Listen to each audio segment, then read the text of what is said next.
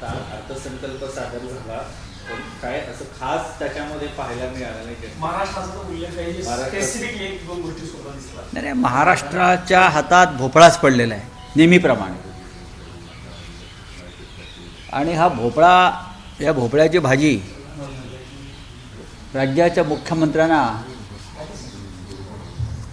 फार चवदार लागल्याचं काल त्यांच्या प्रतिक्रियेवरून दिसलं. जो महाराष्ट्र देशाच्या तिजोरीमध्ये सगळ्यात जास्त भरणा करतो, मुख्यमंत्र्यांनी सांगावं ना, किंवा केंद्रात जे मंत्री आहेत त्यांनी सांगावं की महाराष्ट्राला नक्की काय मिळालं. थातूरमातूर गोष्टी दिल्या असतील. आणि तुम्ही या अर्थसंकल्पाचं कौतुक करता, हे धक्कादायक आहे. महाराष्ट्राला कमजोर करण्याचे प्रयत्न जे सुरू आहेत असं मी म्हणतो आहे की महाराष्ट्राचं ओरबाडायचं आणि महाराष्ट्राला द्यायचं नाही. आज जी दिल्लीची शाने शौकत आहे ही मुंबई आणि महाराष्ट्राच्या जोरावर आहे. पण काय आहे महाराष्ट्रासाठी? काय आहे? काय बुलेट ट्रेन, हायस्पीड ट्रेन, याचा आम्हाला काही उपयोग नाही आहे. हे गुजरातसाठी करताय तुम्ही. महाराष्ट्रामध्ये, मराठवाड्यामध्ये 2025मध्ये 2100 शेतकऱ्यांनी आत्महत्या केल्या. हे निर्मला सीतारामनना माहीत नसेल तर मुख्यमंत्र्यांनी सांगायला पाहिजे. काय शेतकऱ्यांसाठी, कष्टकऱ्यांसाठी? ठीक आहे, हे नेहमीचंच आहे. तरीही महाराष्ट्राच्या जनतेला जागरूक करण्याचं काम आम्ही करत राहू. पुढे काय? अजितदादांच्या गेल्यानंतर ज्या काही घटना घडत आहेत त्या अधिक दुःखद दिसत आहेत आपल्याला. काल पियुष गोयल यांनी दावा केला की अजित दादा यांच्या पक्षाचे अध्यक्ष प्रफुल्ल पटेल नंतर पलटी मारल्यासारखं वातावरण होतं. अजितदादांचा पक्ष हा आता पवार पाटलांचा पक्ष राहिलेला नाही, हे आम्ही कालही सांगितलं. तो आता गोयल, पटेल, पारेख, बरं का, ह्यांचा पक्ष होण्याची शक्यता आहे. शहा, मोदी. अजितदादांचा पक्ष हा असल मराठमोळ्या चेहऱ्याचा पक्ष होता. म्हणजे तो मूळ पक्ष शरद पवार साहेबांचा, अर्थात मूळ पक्ष शरद पवार साहेबांचा. ते डाके दरोडे टाकून तो अमित शहानी त्यांच्या हातात दिला आणि स्वतःचं लेबल त्या पक्षाला लावलं. सुरुवातीला तो शहांचा पक्ष होता, आता तो पटेलांचा पक्ष होईल. आणि अशा तऱ्हेनं महाराष्ट्रातला एक प्रादेशिक अस्मिता जपणारा पक्ष भारतीय जनता पक्षानं गिळून टाकला, घास घेतला. याबद्दल जर त्या पक्षातील मराठी आमदारांना, खासदारांना आनंद होत असेल तर त्यांनी स्वतःला मराठी समजून, ही माझी भूमिका आहे. अजित पवार यांना जे ओळखतात त्यांनी कधी भारतीय जनता पक्षाच्या अजेंड्यावर काम केलं नाही. ठीक आहे, सत्तेसाठी एकत्र आले, त्यांच्यावरती काही संकटं भाजपनं लादली, घोटाळ्याचे आरोप झाले, ईडी CBI मागे लावलं. त्याच्यावर इतर राजकारणी जे करतात तेच त्यांनी केलं. तेवढ्यापुरते ते भारतीय जनता पक्षाला सरेंडर झाले. आपल्यावरच्या फायली क्लिअर करून घेतल्या शहाणपणानं आणि त्यानंतर ते पुन्हा एकदा त्यांच्या मूळ प्रवाहात येण्याची धडपड करत होते स्वगृही. आणि ती करत असताना किंवा त्याआधी त्यांनी कधीही भारतीय जनता पक्षाचा जो अजेंडा बटेंगे तो कटेंगे, हिंदू मुसलमान, दंगली, एक है तो सेफ है, या अजेंड्यावर त्यांनी कधी काम केलं नाही. त्यांनी जातीपातीवर काम केलं नाही, राजकारण केलं नाही. आणि दुर्दैवानं त्यांचा मृत्यू झाला. तुम्ही मूळ प्रवाहात यायचं त्या प्रयत्न करत होते असं म्हणताय, पण देवेंद्र फडणवीसांनी त्या विधानाला फुल स्टॉप दिलेला आहे. ते म्हणताय जर असं झालं असतं तर त्यांनी माझ्यासोबत चर्चा केली असती. असं नाही, असं काही नाही. देवेंद्र फडणवीसांबरोबर प्रत्येक गोष्टीची चर्चा होते असं नाही ना. अजित पवार स्वतः त्या पक्षाचे नेते आणि प्रमुख होते ना. अजित पवार स्वतः त्या पक्षाचे नेते आणि प्रमुख होते. ते त्यांच्या मर्जीनं भाजपबरोबर गेले. आणि त्यांना असं वाटलं कदाचित की भारतीय जनता पक्ष हा आपल्या महाराष्ट्राच्या विचाराचा पक्ष नाही. आता अजित पवार फडणवीसांबरोबर संदर्भात खाजगीत बरंच काही बोलायचे असं बोललो तर आम्ही. जर फडणवीस यांच्याशी त्याने चर्चा केली नसेल याचा अर्थ त्यांचा फडणवीसवर विश्वास नसेल. जर त्यांना आपला स्वगृही परत जायचा असेल त्यासाठी फडणवीस यांच्याशी चर्चा करण्याची गरज काय. फडणवीस यांचा पक्ष हा अखंड महाराष्ट्राच्या विरोधामध्ये, फडणवीस यांचा पक्ष हा मुंबई महाराष्ट्रापासून तोडण्याच्या बाजूने. अशा वेळेला अजित पवारांसारखा नेता या भूमिकेवरती काम करू शकणार नाही हे आम्हाला माहिती आहे. अजित पवारांशी आमच्याही चर्चा होत होत्या ना. फडणवीसांनी स्वतःच आत्मचिंतन करावं की त्यांनी माझ्याशी या विषयावर चर्चा का केली. इतर 100 लोक बोलतात ते खोटं आणि फडणवीस म्हणतात ते खरं, हे चुकीचं आहे. अजित पवार हे मूळ प्रवाहामध्ये येण्याच्या विचाराशी ठाम होते. दोन्ही पक्षामध्ये त्या संदर्भातल्या हालचाली सुरू होत्या हे सगळ्यांना माहीत होतं. देवेंद्र फडणवीस यांनाही माहिती आहे. आज दादा नाहीत म्हणून दादांच्या नावावरती कोणती बिलं फाडू नयेत. पण असं का बोललं जातं. एकत्र आल्यानंतर तर त्यांची ताकद इंडियाची वाढली असती. पक्ष आता दादा नसल्यामुळं असं वक्तव्य केले जातं. काय नक्की उद्देश काय असतो. नाही, आता अजित पवारांचा पक्ष हा अमित शहांचा 100% गुलाम झालेला पक्ष. मांडलिकत्व त्यांना आहे ते स्वीकारावं लागेल. लोक सैरभैर अजूनही आहेत. दुर्दैवानं आज भारताची न्याय यंत्रणा आणि निवडणूक आयोग हा सुद्धा अमित शहा आणि मोदींचा मांडलिक झाल्यामुळे कायदेशीर प्रक्रियेमध्ये विलंब होतो आहे. अजितदादांच्या अपघाताच्या संदर्भात घातपात आहे का ते प्रश्न अनेक उपस्थित केले पवार साहेबांनी जातात. अमोल मिटकरी यांनी असं म्हटलं. नाही, पवार साहेबांची जी क्लिअरिटी आहे ती पहिल्या दिवशी त्यांनी केली, पण हळूहळू त्यांनाही कळेल हे प्रकरण साधं नाही आहे.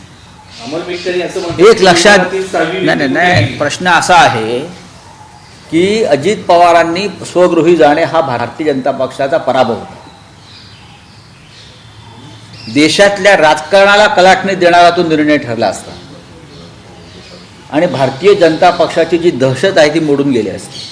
अजित पवार मागे फिरले असते तर. नंबर 1, अजित पवार जे वारंवार सांगत होते माझ्याकडे भारतीय जनता पक्षाच्या घोटाळ्याची फाईल आहे आणि मी उघड करीन, हे त्यांनी 15 जानेवारीला सांगितलं.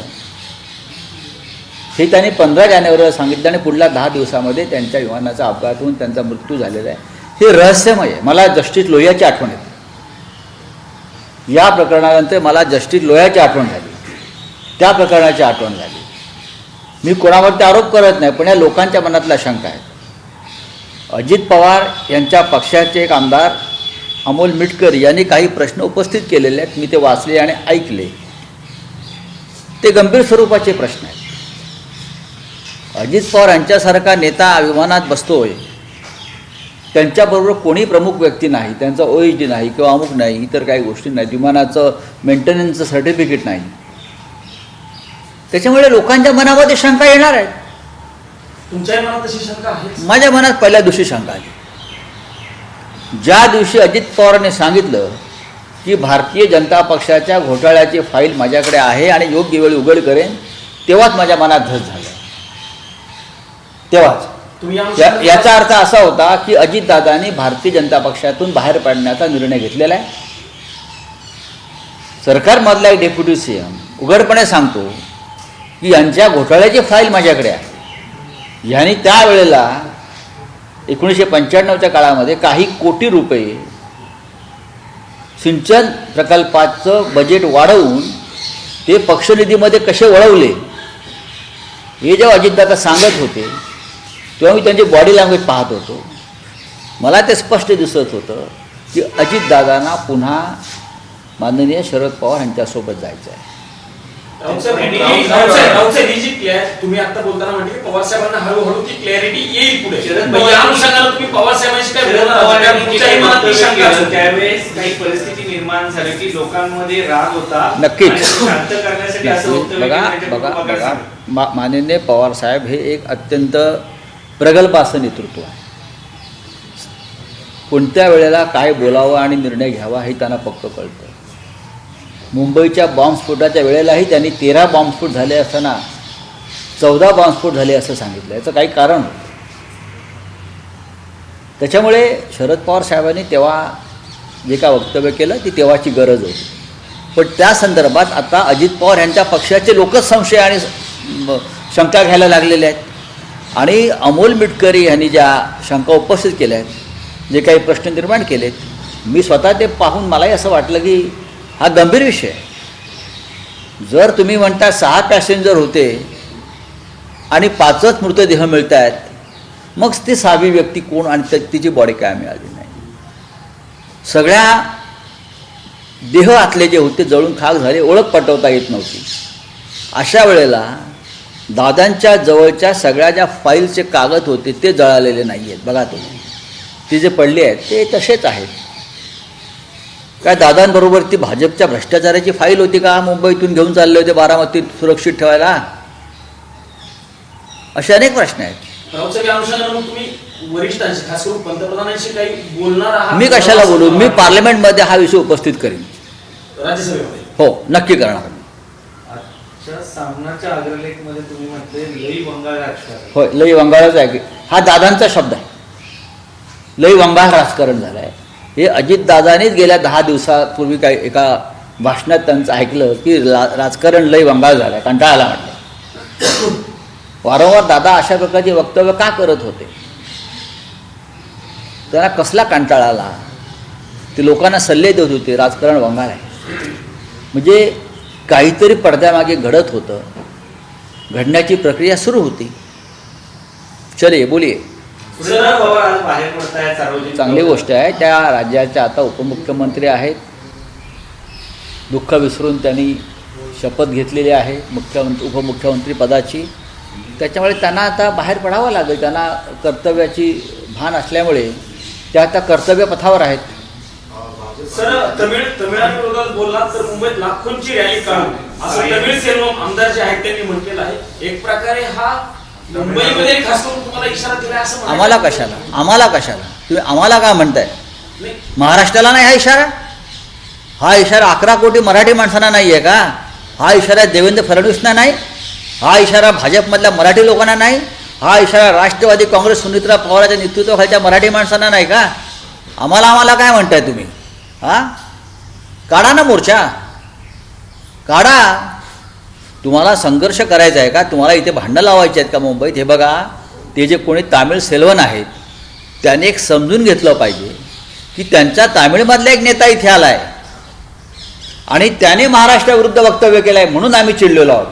आम्ही तामिळ जनतेविरुद्ध भूमिका कुठलीच घेतलेली नाही आहे. आम्ही उलट या माणसानं, तो जो कोणी नेता आला होता तिकडून, त्याचे कान उपटायला पाहिजे होते. ही दादागिरी कसली चालली आहे तुमची? देवेंद्र फडणवीसने दादागिरी मान्य आहे का महाराष्ट्राच्या विरुद्ध? तुमचा आमदार आहे भाजपचा, तो तुमचा माणूस इकडे येतो आणि महाराष्ट्राला, मराठी माणसाला मुंबईत तुमची नाही सांगतो आणि याचं समर्थन हा तामिळ आमदार करतोय का? याला भाजपनं काढून टाकलं पाहिजे जर तुम्ही महाराष्ट्रप्रेमी असाल तर पक्षातून. याला पुढली उमेदवारी देता कामा नये. जनतेने रस्ता उतरला पाहिजे. मुंबईतच काय होईल यांच्या विरोधामध्ये? पाहू ना मुंबईला गेल्यावरती पाहू. जिमखान्याची जागा जैन समाजाला देण्यात येते, त्याच्यासाठी आम्ही गिरगावच्या नेतृत्वाखाली आज एक मोर्चा आहे. हे आंदोलन सुरू आहे. खरं म्हणजे त्या मोर्चाला मीही जाणार होतो, पण मी इथे आहे. पण पुढल्या आंदोलनामध्ये आम्ही तिकडे असू. एक ऐतिहासिक जिमखाना, विल्सन जिमखाना म्हणून जो प्रसिद्ध आहे, तो सर्व नियम आणि कायदे बाजूला ठेवून जैन संघटनेला देतात. गिरगावचे मराठी लोक तो जिमखाना मागत होते. त्यांना न देता मंगलप्रभात लोढा यांच्या दबावाखाली देवेंद्र फडणवीस यांनी ती जागा बहाल केली आणि तिथे आता गिरगावमधल्या मुलांना खेळायलाही परवानगी देत नाहीत. काय चाललंय या महाराष्ट्रामध्ये? मुंबईतून अल्पवयीन मुली बेपत्ता होण्याचं प्रमाण वाढलंय. 36 तासात 12 अल्पवयीन मुले बेपत्ता झाले. आता राज्याच्या उपमुख्यमंत्रीपदी एक महिला आलेली आहे.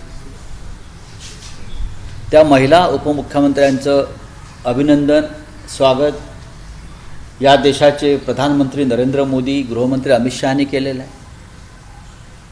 मुख्यमंत्री देवेंद्र फडणवीस यांनाही असं वाटतं आहे की महिला उपमुख्यमंत्री झाल्यामुळे महिला सशक्त होतील, सबळ होतील.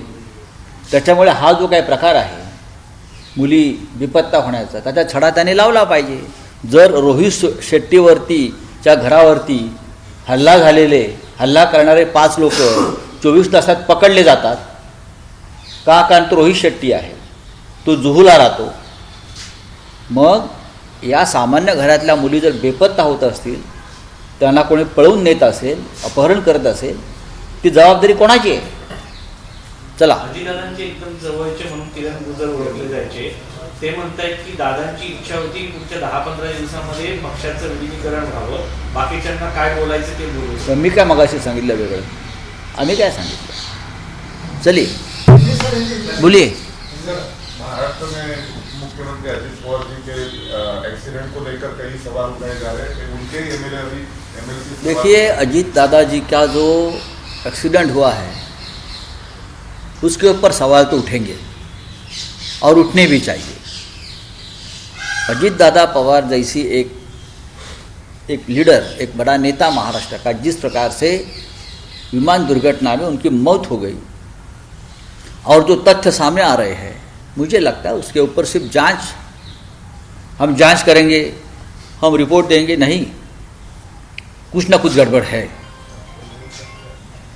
और जिस प्रकार से ये आवाज़, ये सवाल अजीत दादा के पार्टी से उठ रहे हैं, ये रहस्यमय है. उनकी मौत जो है वो रहस्यमय है. कुछ तो हुआ है पर्दे के पीछे. अजीत दादा ने ये कहा था कि मैं पुराने घर में जाना चाहता हूँ. फिर अजीत दादा ने कहा, उसके बाद बीजेपी के लोगों ने अजीत दादा को धमकाया कि अभी तक आपकी सिंचन घोटाले की फाइल बंद नहीं हुई है भाई. ये धमकी थी अजीत पवार को. फिर अजीत पवार ने जवाब दिया, मेरी बात छोड़ दीजिए, आपके सिंचन घोटाले की फाइल मेरे पास है. उसके बाद 10 दिन बाद अजीत पवार की रहस्यमय रीत्या मौत होती है. उसका क्या अर्थ हम निकालेंगे? मुझे तो जस्टिस लोया की याद आ गई कि कुछ नया, कुछ कांड किया है क्या किसी ने? ये गड़बड़ है.